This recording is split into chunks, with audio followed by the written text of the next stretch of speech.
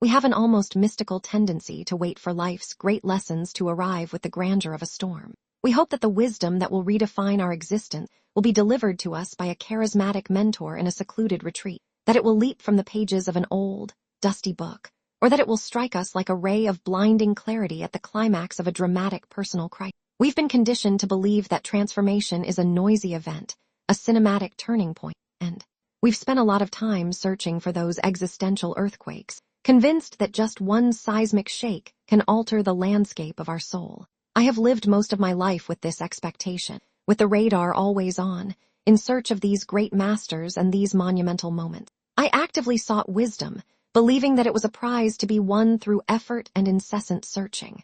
But the most profound lesson, the epiphany that truly reconfigured my inner universe, did not come with the sound of thunder. She arrived with the softness of a whisper on an absolutely ordinary Tuesday afternoon. It didn't come from a guru, a book, or a planned existential crisis. It came, silently and unexpectedly, through the words of a complete stranger. A man whose name I never knew and whose face I would never see again, but whose momentary presence in my life altered his trajectory forever. At that time, I inhabited a state of being that I can only describe as life in fast motion. From the outside, the image was one of success and continuous movement. I had a career on the rise, a vibrant social circle, a busy schedule with projects and activities that on paper were supposed to bring me a deep sense of satisfaction. But the internal reality was different. I felt like a spectator of my own life, watching a movie that passed too quickly, where the days, weeks, and months merged into an indistinct blur of obligations and goals. I was the embodiment of efficiency, a master of productivity, always on the move. But I wasn't, in fact, living. I was just moving forward, racing toward a future that never came, as the present disintegrated unnoticed beneath my hurried feet. And it was in this state of chronic haste and deep disconnection that a less than 5-minute encounter with a stranger planted a seed of an idea so simple, but so radically contrary to everything I practiced, that it slowly, but with inexorable force, began to dismantle the whole structure of my life and rebuild it on a completely new foundation. This is the story of how the most important lesson of my life was not learned through searching, but received through pause. To understand the magnitude of the gift I received from that stranger, I must first take you inside the architecture of my former existence. I wasn't just a busy person. I was a prisoner of the sickness of haste, an undiagnosed condition of modern life, where stillness is seen as a symptom of failure and silence is a vacuum to be filled at any cost. My philosophy of life was simple. Time was a finite and hostile resource, and my mission was to extract from every second the maximum possible productivity. This manifested itself, first of all, in a deep erosion of my senses. I had become functionally blind, deaf, and insensitive to the world around me. I ate my meals in front of the computer, swallowing the food without feeling the taste, texture, or aroma. Food was not a source of pleasure or nourishment, but a fuel to be fed into the system so that the machine could continue to run. I walked through the streets of my city, streets that I walked every day, but I didn't see the detail, the architecture of the buildings, the colors of the flowers in the windows, the expressions on people's faces. They were just obstacles to be deflected on my urgent path from point A to point B. I listened to music, but I didn't hear it. It was just a background noise to drown out the uncomfortable silence of my own mind.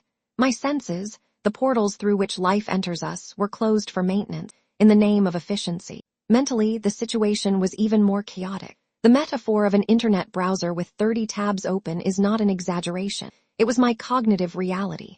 My mind was a fragmented place, jumping incessantly from one thought to another. I lost the ability to do deep work, to focus on a single task with mindfulness. My attention was a frantic butterfly, landing for a second on each flower before flying off to the next, never extracting nectar from any.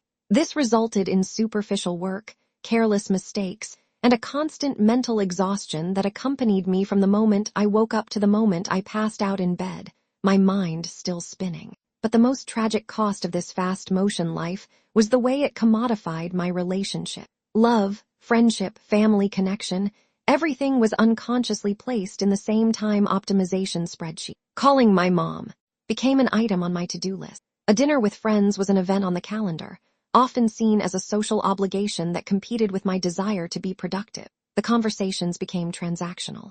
I practiced selective listening, picking up only the information needed to give an adequate response, while the rest of my mind was already elsewhere. I became an expert at giving the appearance of presence, smiling and nodding at the right moments, but the people I loved most were getting an edited, distracted version of me. I was surrounded by people, but I lived on an island of self-imposed loneliness, a loneliness created by my inability to truly be. And the emptiness I felt, that hole in my chest that I tried to fill with more work and more achievements, was actually the absence of my own presence in my own life. It was in this state of being fragmented, anxious, and sensorially anesthetized that the meeting took place. The scene was as banal as possible. Tuesday afternoon, cloudy skies, humid air. I was crossing a small park in the center of town, a shortcut I used to get from one meeting to another. I was late. The previous meeting had stretched on, and my mind was on fire. I mentally went over what had gone wrong, while simultaneously trying to restructure the agenda for the next meeting while also dictating an audio message on my phone to a colleague explaining my tardiness. My steps were hard and fast, my body tense like a violin string. The park, with its ancient trees and its slow pace, was an annoying blur in my peripheral vision. In my blind haste, as I abruptly dodged a baby stroller, my briefcase, which I held precariously along with my cell phone and a cup of coffee, slipped and opened. Dozens of papers, the result of weeks of work, flew with a gust of wind and spread across the damp sidewalk. A wave of fury and self-recrimination swept over me. I let out a sound of frustration, a low, angry grunt. For the universe, for myself, for my clumsiness. It was the supreme inconvenience, the catastrophic disruption to my perfectly optimized schedule. I knelt down abruptly, the knee of my pants getting wet on the sidewalk, and began to pick up the papers with restrained violence, my mind screaming, calculating the minutes lost, the damage to the documents, the image of incompetence I was projecting. That's when I heard a voice, a calm, slightly amused voice, which seemed to come from another frequency, an old, static, free radio frequency. It seems the wind decided that your papers needed some fresh air. I looked up, annoyed by the interruption. Sitting on a park bench a few meters from me was a gentleman. He was the living antidote to everything I was at that moment. His hands rested quietly on his knees. His back was not hunched, but relaxed. His eyes were not focused on a specific point, but seemed to absorb the whole scene with a serene curiosity. He was doing absolutely nothing but being there, and he seemed like the busiest person in the world, busy existing. I muttered something unintelligible, a yes mixed with a sigh, and turned my attention to my urgent task of picking up the wreckage of my efficiency. He remained silent for a moment, just watching. Then he said softly, "You are in a hurry." It was not a question, it was a finding, and for some reason it irritated me deeply. It was an invasion. Who was he to judge my pace? "I have an important meeting," I replied with a gruffness. That sought to end the conversation. He nodded, unfazed. His gaze drifted from me to a small yellow flower, one of those wild, stubborn flowers that grow in the cracks of concrete. She was inches away from my hand, which was frantically moving to pick up a paper. "I know," he said. "We all do, but the meeting will wait. The flower, maybe not. The lady almost crushed her. And I bet you didn't even see her, did you?" I stopped completely. My hand froze in midair. I followed his gaze and saw the flower. It was tiny, delicate, but it radiated a yellow so vivid that it looked like a small sun in the gray monotony of the sidewalk. And he was right. Not only had I not seen her, I would have annihilated her, crushed under my hurried shoe without even registering her existence. That little detail of beauty was there all the time, and I was completely blind to it. I stood up slowly, the papers now crumpled and unimportant in my hand. I felt a surge of something that wasn't anger, but a strange sadness, and the need to defend myself once again. "It's modern life," I said, as if the phrase explained everything. "There's no time to notice the flowers." He looked at me, and for the first time I saw a glint of compassion in his eyes. He smiled, a smile that seemed to contain a lifetime's wisdom of watching flowers on sidewalks. "Ah, my daughter," he said, with a tenderness that disarmed me. "That's where the mistake lies. Haste is a thief, a very clever thief. It doesn't steal our time, as we think. It steals our life, which happens within time. And that's all life is. It's the flower on the sidewalk. It's the wind in the papers. This is our conversation. The rest is just thought." I stood there, speechless. The simplicity of those sentences struck me with a force that no philosophy book has ever managed. "Haste steals our life." The phrase echoed in the silent space that opened up inside me, a space that was once filled with the noise of my own urgency. I thanked him, my voice a little shaky. He just nodded and turned his attention to the square, to his work of being present. I continued on my way, but the woman who arrived at her destination was not the same one who had started the journey. The woman who walked away from that park bench was not, magically, a new person. The transformation that followed was not an instant conversion, but a slow and sometimes painful detox. Hurry sickness is an addiction, and its patterns are deeply rooted in our neural circuit. The words of that stranger were the antidote, but an antidote does not heal instantly. It needs time to go through the system, to neutralize the poison, to teach the body a new way of being. My first few days and weeks after the encounter were a constant internal battle. I was walking down the street, consciously trying to notice the world around me, and the voice of my inner CEO screamed in panic. "You're wasting time. You could be listening to a podcast. You could be planning your next meeting. This is inefficient."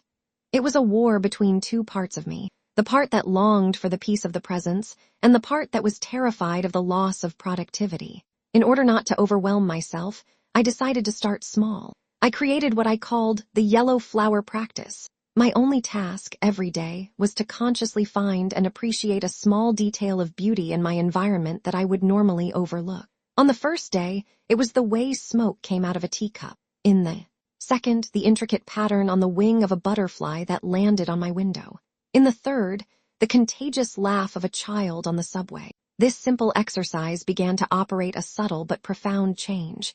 He was training me to use my attention muscle in a new way. Instead of focusing only on what was useful or urgent, I was learning to focus on what was beautiful or present. It was difficult. Often my mind wandered back to your list of concerns, but each time I gently brought her back to the present moment, to my yellow flower of the day. I was strengthening a new neural pathway. I began to introduce deliberate presence pauses into my routine. The act of eating my breakfast, for example, which was once a 5-minute sprint to ingest calories, has become a 10-minute ritual. For the first 5 minutes, I ate as usual, but in the last 5, I stopped everything. I just sat with my cup of coffee. I felt her warmth in my hands. I inhaled the aroma.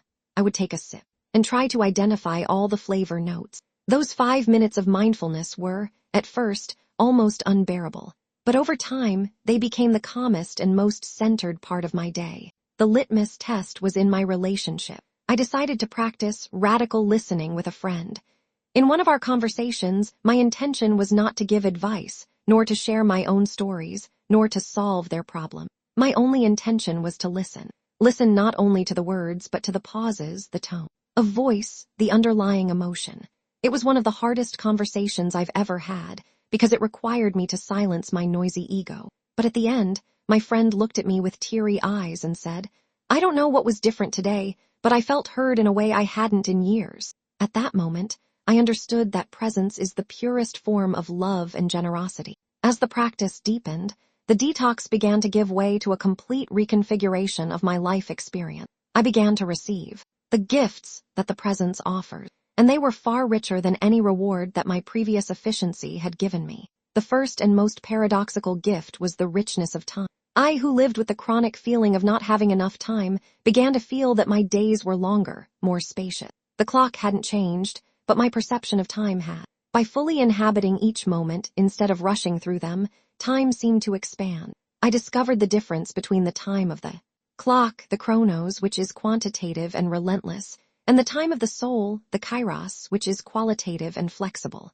A 1-hour dinner, lived with full presence, can contain more life than an entire week lived on autopilot. By stopping fighting against time, I became his ally, and he generously gave me more of himself. The second gift was the depth of relationship, which my experience of radical listening had already foreshadowed. By being truly present with people, I began to notice the nuances that my haste had always overshadowed. I began to see not only the friend, but the complex human being with his own hopes and fears. I began to see not only my mother, but the woman behind the role of mother. The presence allowed me to offer a quality of attention that was, in itself, an act of love, and in return, people began to open up to me in new and deeper ways. My loneliness, which came from my own absence, began to dissolve into the warmth of genuine connection. The third gift was the rediscovery of simple joy. My previous search for happiness was focused on big events, travel, promotions, parties. The presence taught me that joy is not a special event,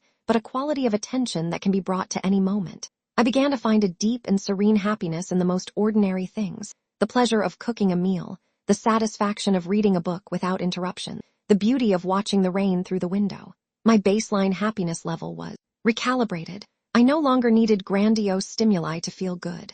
Joy was available everywhere, all the time, hiding in plain sight, waiting only to be noticed. Finally, the fourth and most transformative gift was the emergence of inner wisdom.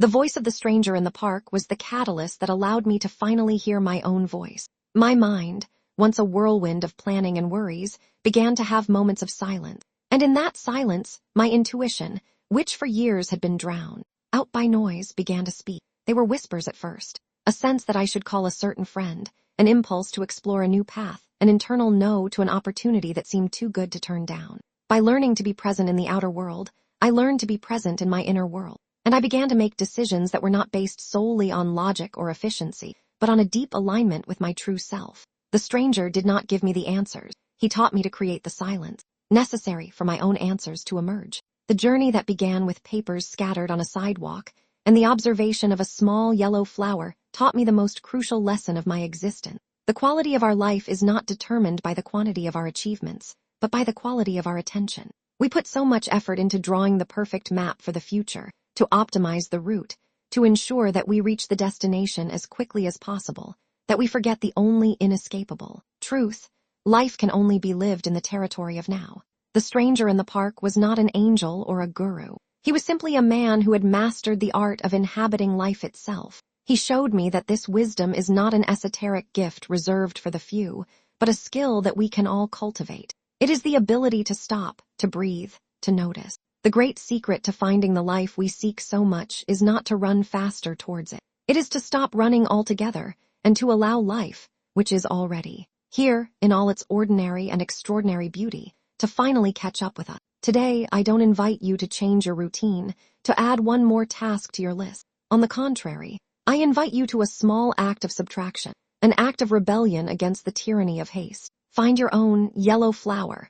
Choose a completely routine activity that you do every day: brushing your teeth, washing the dishes, walking from your car to the front door. And just for a minute or two, decide to run it, with your full attention, as if it were the first and last time you would do it. Engage all your senses. What do you see? What do you hear? What do you feel? Don't judge, don't analyze, just note. This small practice will not change the world, but it can slowly begin to change the way you inhabit your world. And that, in the end, makes all the difference. What about you?